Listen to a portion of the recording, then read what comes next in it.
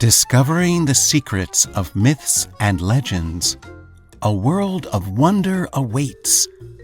When you think about the stories you like, which one is your favorite? I'll start. My favorite story is about King Arthur and all his knights, and all the adventures they went on. Perhaps you've read about it. According to the people of Britain, he was the greatest and most noble king who ever lived, and his friend, the wizard named Merlin, was the smartest wizard ever. How do I know all of this? Well, because I read the story. But how do I know if it's a true story or not? I don't. However, the people who study history for a living, they're called historians, have studied very old books, some written in 500 AD and others around 1066 AD. They realized that although all the other stuff about the wars and things might be true, they still have no proof that a king named Arthur existed. Staff, 2018. So, why do people continue to believe these stories are true? Well, because these stories gave people hope. A lot of the time, people's lives were very difficult. So, to cheer each other up, they would tell each other it would be okay. But who would make it okay? How would things like war and sickness ever go away? So, people looked up at the sky when there was a storm and decided the thunder meant there was something or someone up there who was angry. When lightning flashed and someone in the fields got struck by it, they decided that that person must have done something wrong, and that's why this happened. On the other hand, when someone fell ill, the person taking care of them must have thought, "Oh, if only someone could make my sister better." Then, a few days later, when their sister became well without medicine, they must have thought, "Oh, there was a ray of sunlight in her room that day. Maybe there was something magic in it." And from there, they would have talked it over with their friends, and those people would have talked about it to others. And this way, the story would have spread among a whole village. It was something to pass along to new generations so that they wouldn't forget. Some believed it, and some believed it wasn't true. Those who didn't preferred to forget it as quickly and as easily as they could. Some people who believed it decided to write it down, and as more and more people decided it must be true because they believed it, it became an official myth or a religion. Types of myths. Sometimes the kinds of myths that people told each other were all about how the world was created. But because most of the people in a country, such as India, had probably never seen a country like Iceland, they would not be able to imagine why people would need stories about a god of ice. But they would both agree when talking about a god or goddess of summer. Not all of the myths were happy stories. Some were tragic. Some were happy ever afters, and some were hilarious.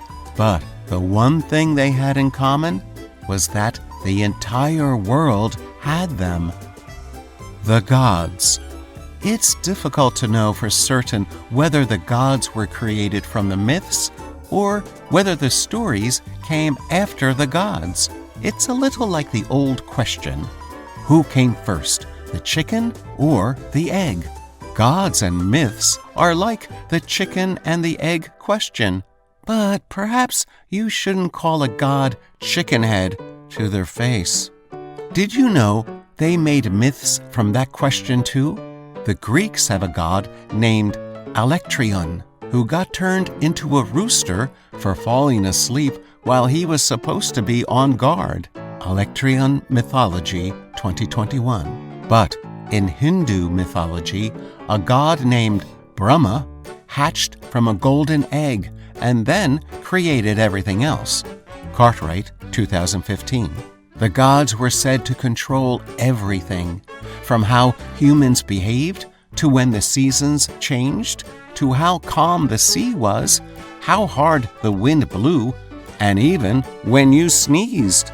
They almost always had families, and just like all families, they had good times and bad times.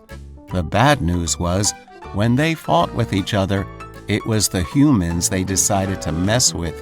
Unfair, right? If they're going to fight, they should keep it among themselves, don't you think? But because, according to the stories, they created the humans, they thought they had a right to treat us any way they wanted. If they were happy, they would be nice to humans. If they were annoyed, things could go very, very bad. And because they were immortal, their fights weren't the kinds of fights they would forget about. Because they would stay alive forever, they would remember what the fight had been about, and then they would either involve the humans, hold a grudge, or throw a temper tantrum that would end with a human dying. Where do myths come from? From wherever people are.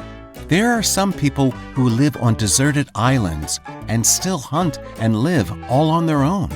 They don't want to talk to people like us. And scientists believe that if we tried to contact them, they would die of something as harmless as measles. Survival International, 2018. Imagine the kind of stories they would have told their children and grandchildren about us, about people who sailed on the sea in large ships, or people who flew in the air on a giant metal bird that had blades for arms. You and I know it is a helicopter, but they wouldn't know that. That's how myths begin and spread. And as they spread, sometimes we discover what we have in common.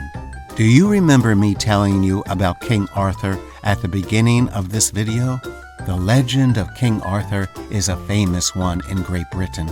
And the most famous part of it is how he was the only one who was able to pull a magic sword out of the stone to become king. White and Shadbolt, 1998. But do you know that there is a Norse hero named Sigmund who also pulled a magic sword out of a tree, placed there by the god Odin, Brandstock ND? We will hear more about this particular story later on, but isn't it incredible to realize we have so many stories that echo each other? Depending on where we live, our stories about what we believe in can be very different, but sometimes the ideas behind the stories are the same. The stories we tell ourselves and our friends can sometimes be so strong that they can shape how we and others who come after us see the world.